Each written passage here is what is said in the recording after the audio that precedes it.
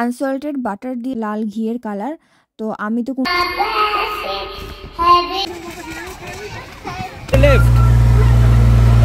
Hello friends, good morning. আশা করি সবাই খুব ভালো আছো।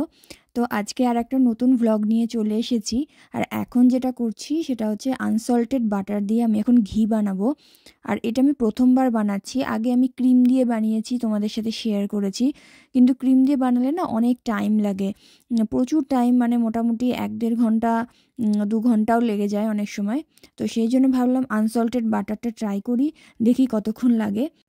আনসল্টেড বাটার দিয়ে করাটা আমার মনে হয় সবথেকে ইজি, কারণ 10 থেকে 15 মিনিট লাগে। আর ঘি বানানোর পরে যেটা আর কি পড়ে থাকে, ক্রিম দিয়ে বানানোর পরে অনেকটা পড়ে থাকে, ওটা আবার পরে কিভাবে খাবো সেটা ভাবতে হয়। যদিও খেতে খুবই ভালো লাগে, কিন্তু একা থাকলে আর কি অতটা খেয়ে শেষ করা মুশকিল। কিন্তু আনসল্টেড বাটার দিয়ে বানালে সেটার কোনো চাপ নেই, একদম একটুখানি পড়ে থাকে। তোমাদেরকে আমি দেখাবো। আর যেটা সবথেকে বড় পার্থক্য, ওই যে ঘিয়ের ফ্লেভারটা, হ্যাঁ ক্রিম দিয়ে বানালে ফ্লেভারটা একটু ভালো আসে, কিন্তু বাটার দিয়ে বানালে যে খুব একদম খারাপ আসে বা আসে না ওরকম নয়, একটু পার্থক্য হয়। কিন্তু ঠিক আছে, কারণ এটা আমি বানাচ্ছিলাম বিনির বার্থডেতে, যখন আর কি রাইস বানাবো। আমি রাইস কুকারের মধ্যে একবারে ভাত, তারপরে ঘি, কাজু, কিশমিশ, নুন সব কিছু দিয়ে আর কি ফ্রাইড রাইস মতো হয়ে যায়। তো ওইখানে অনেকটা ঘি লাগে, কারণ 30-40 জন তো থাকেই, তো এতজন লোকের ভাত করার জন্য অনেকটাই ঘি লাগে। তো সেই জন্য এবার ভাবলাম যে ক্রিম দিয়ে এতক্ষণ ধরে না বানিয়ে আনসল্টেড বাটার দিয়ে বানিয়ে নিই, তাহলে আমার টাইমটা আর কি বেঁচে যাবে। কারণ জন্মদিনের মোটামুটি 1 সপ্তাহ আগে থেকে প্রিপারেশন শুরু করে দিতে হয়। তো দেখো এটা মোটামুটি হয়ে গেছে। আর উপরের যে ফেনা ফেনা ব্যাপারটা আছে ওটা ঠান্ডা হওয়ার পর চলে গেছে, তারপর আমি ছেঁকে নিয়েছিলাম। আর এই ছাকার জন্য আগে আমি সুতির কাপড় ব্যবহার করতাম, কিন্তু বারবার ওটা ইউজ করতে করতে তো ছিঁড়ে যায়। তো সেই জন্য এটা আমি আগেও ব্লগে শেয়ার করেছি, তেমুর থেকে এই কাপড়টা কিনেছি। এটা আর কি কোনো কটনের বা সুতির কাপড় নয়, এটা একটা ব্যাগ টাইপের। তো এটার মধ্যে না এরকম ধরনের ঘি ছাকতে খুবই ইজি, মানে খুবই ভালো আমার কাজে দিয়েছে। আর দাম এটার 18-90 সেন্ট মতো নিয়েছিল, মানে 1 ইউরো মানে ধরো 80-90 টাকা মতো, তার থেকেও কম। আর এই আনসল্টেড বাটার দিয়ে বানালে এমনি ছাঁকনিতেও ছেঁকে নিলে হয়ে যায়, কিন্তু ছাঁকনিতে ছেঁকে নিলে এই যে এতটা নিংড়ে নেওয়া যেটাকে বলে, ব্যাগে যেভাবে আমি নিংড়ে নিতে পারছি সেটা হয়তো সম্ভব হয় না, কিন্তু ছাঁকনি দিয়েও কাজ চলে যায়। আর দেখো কতটুকু পড়ে থাকলো, আর এই যে ঘি, লাল ঘিয়ের কালার। তো আমি তো কোনো কৌটো ফেলি না। আর এই গোলাপ জামুনের কৌটোটা না ভালো করে, সরি গোলাপ জামুন না, এটা রসগোল্লার কৌটো ছিল, এটাকে ভালো করে ধুয়ে রেখে দিয়েছিলাম। কোনো ভালো কৌটো থাকলে আমি ফেলি না, ভালো করে ধুয়ে রেখে দিই। তো যখন যেরকম জিনিস স্টোর করতে কাজে লাগে তখন সেখানে সেগুলো ইউজ করি। আর এদিকে দেখো বিনির বার্থডের আগেই বিনির গিফট চলে এসেছে, আর স্কুল থেকে এসে তার কি তর্স হয়, গিফট ফ্রম জোনাক দাদা। তো এখানে স্পেলিংটা যদিও ভুল লিখেছে, কিন্তু জোনাক দাদা পাঠিয়েছে। কি সুন্দর একটা মাইক আর তার সাথে স্পিকার। আরও তো মানে সারাদিন সারা রাত ধরে গান করে গেছে, খুবই মজা পেয়েছে গিফটটা পেয়ে। অভিজিতের এক ফ্রেন্ড, সে ইউকেতে থাকে, তো ওরা যখন এসেছিল আমি ভ্লগও শেয়ার করেছিলাম, তো ওরাই এই গিফটটা পাঠিয়েছে। ওরা বিনির বার্থডেতে আসতে পারবে না, কিন্তু গিফটটা আগে আগে পাঠিয়ে দিয়েছে। আর বিনিকে দেখতেই পাচ্ছ কত খুশি হয়েছে। এবার দেখো সারাক্ষণ ধরে গান করে করে কান মাথা খেয়ে নিচ্ছে, কিন্তু হ্যাঁ ও ভীষণ খুশি হয়েছে। দাঁড়াও, এখনো হয়নি, আমি অন করি।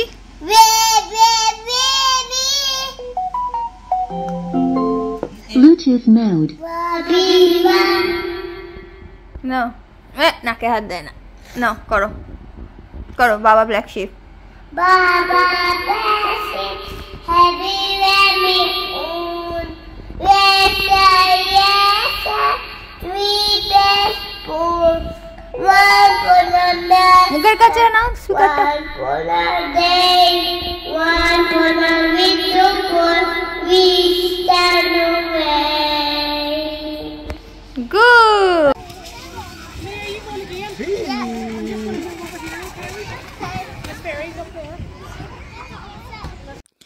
আর আজকে যেখানে এসেছি সেটা হচ্ছে একটা ফার্মে। এখানে স্কুল থেকেই নিয়ে এসেছে, মানে সমস্ত স্টুডেন্টদের স্কুল থেকে নিয়ে এসেছে, কিন্তু মা বাবা যারা আসতে চায় তারা আসতে পারে। তো এক একজনের মাথাপিছু 8 ইউরো করে, মানে ধরো ওই 700 টাকা মতো টিকিট। তো যে কজন আসবে তাদেরকে সেরকমভাবে পেমেন্ট করতে হবে। আর এইটা পড়েছিল বিনির বার্থডের দিনেই, মানে 19 তারিখেই এটা পড়েছিল। আর স্কুল ছিল 21 তারিখ অবধি, মানে 20 তারিখ অবধি স্কুল হয়েছে, আর 21 তারিখে ছিল স্পোর্টস ডে। তো বার্থডের দিনে এত সুন্দর একটা জায়গায় নিয়ে এসেছে, তো সেই জন্য ওকেও নিয়ে এসেছিলাম। কিন্তু সেদিনকে সবথেকে ভালো হচ্ছে ওয়েদারটা খুবই ভালো ছিল। এখানে তো সব কিছুই ডিপেন্ড করে ওয়েদারের উপর, কিন্তু ওদেরকে স্কুল থেকে যখন নিয়ে আসার কথা ডিসাইড করেছিল তখন তো আর এতদিন আগে থেকে ওয়েদার দেখে ডিসাইড করেনি।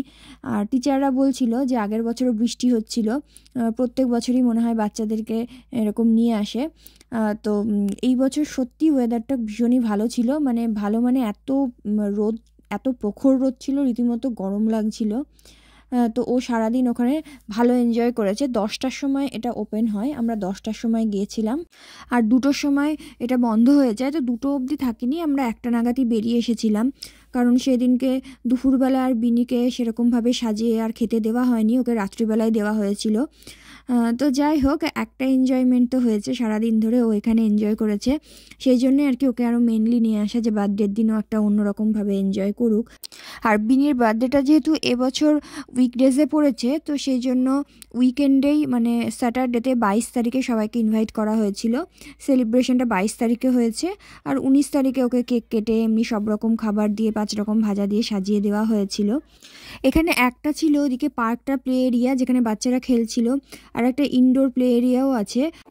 আর এই ফার্মটা বিশাল বড় জায়গা নিয়ে, তো আর একটা পোর্শনে এইরকম ফার্মে সব অ্যানিমালসগুলো আছে, সত্যি বাচ্চাদের এনজয় করার মতো। কিন্তু বিনি এত খেলাধুলা করে একদমই হেঁটে আসতে চাইছিল না, সে কোলে করে উঠে ও ঘুরবে। আর দেখতে দেখতে এই স্কুলে 1 বছর হয়েও গেল। আগের বছর সেপ্টেম্বর মাসে ও স্কুলে গেছিল প্রথম। তো দেখতে দেখতে 1 বছর হয়নি ঠিক, মানে এই জুন মাসের 21 তারিখে যেই ছুটিটা পড়বে এটা আর কি গরমের ছুটি, তারপরে আবার স্কুল যখন ওপেন হবে সেপ্টেম্বর মাসে, তো সেপ্টেম্বর মাসে ও এবার জুনিয়র ইনফ্যান্টে যাবে। এই প্লে স্কুল এটা হয়ে গেল, জুনিয়র ইনফ্যান্ট আলাদা স্কুল, প্রাইমারি স্কুলে যাবে।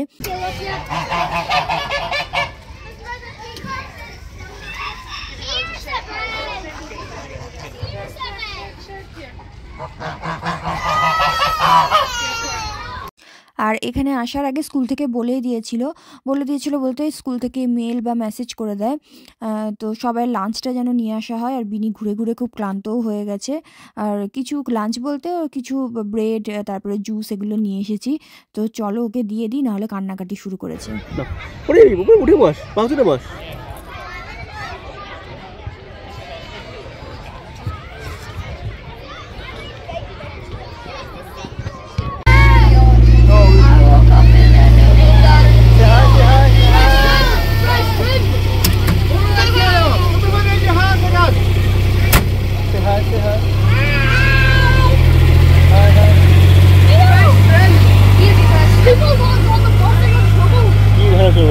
সব থেকে মজার জিনিস ছিল এটা চড়া।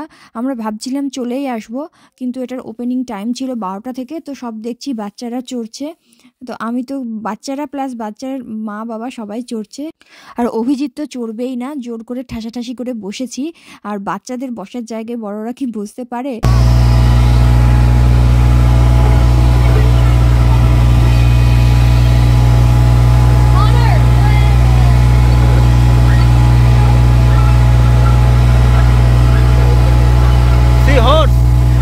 Many horse on your left horse.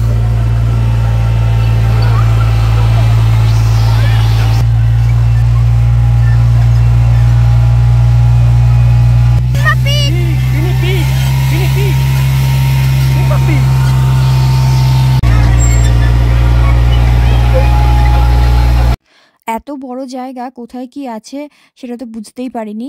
আর টয়লেটে যাব ভেবেছিলাম, টয়লেটের পাশেই দেখছি এখানে আবার সেই ইনডোর প্লে এরিয়াটা। তো তো বিনি আবার এখানে এসে একটুখানি খেলাধুলা করে নিল। আর একটু তাড়াহুড়োও করছিলাম, আজকে যেহেতু বিনির বার্থডে, তো একটা কেক নিয়ে যাব রাত্রিবেলা, ওকে ভালো করে সাজিয়ে খেতে দেবো আর কেক কাটিংটা করব, মানে সবাই বাড়ির সবাই মিলে।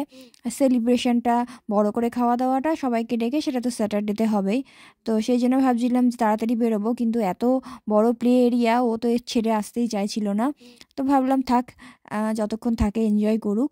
আর এইখানে একটা ক্যাফে টাইপের আছে, এখান থেকে উপরে দেখো পুরো একদম এরিয়াটা দেখা যাচ্ছে, পুরো ফার্মটা অনেক বড় জায়গা নিয়ে।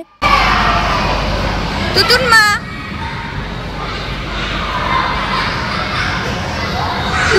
ড্যাডি শুনতে পাচ্ছে না। আজকে প্রচণ্ড গরমও পড়েছিল, আর আইসক্রিমের কথা বললে তো বাচ্চাদের না নেই। আর টিচাররাও চলে গেছিলো, আমরা যাওয়ার সময় আর দেখা করে যেতে পারিনি। বিভিন্ন স্কুল থেকে অনেক স্টুডেন্টরাও এসেছিল। তো যাই হোক, আজকের দিনটা খুবই ভালো কাটলো বিনির অন্তত। আর আজকের ভ্লগটা এখানেই শেষ করছি। সবাই জানিও আমার ভ্লগটা কেমন লাগলো। আজকের মতো টাটা।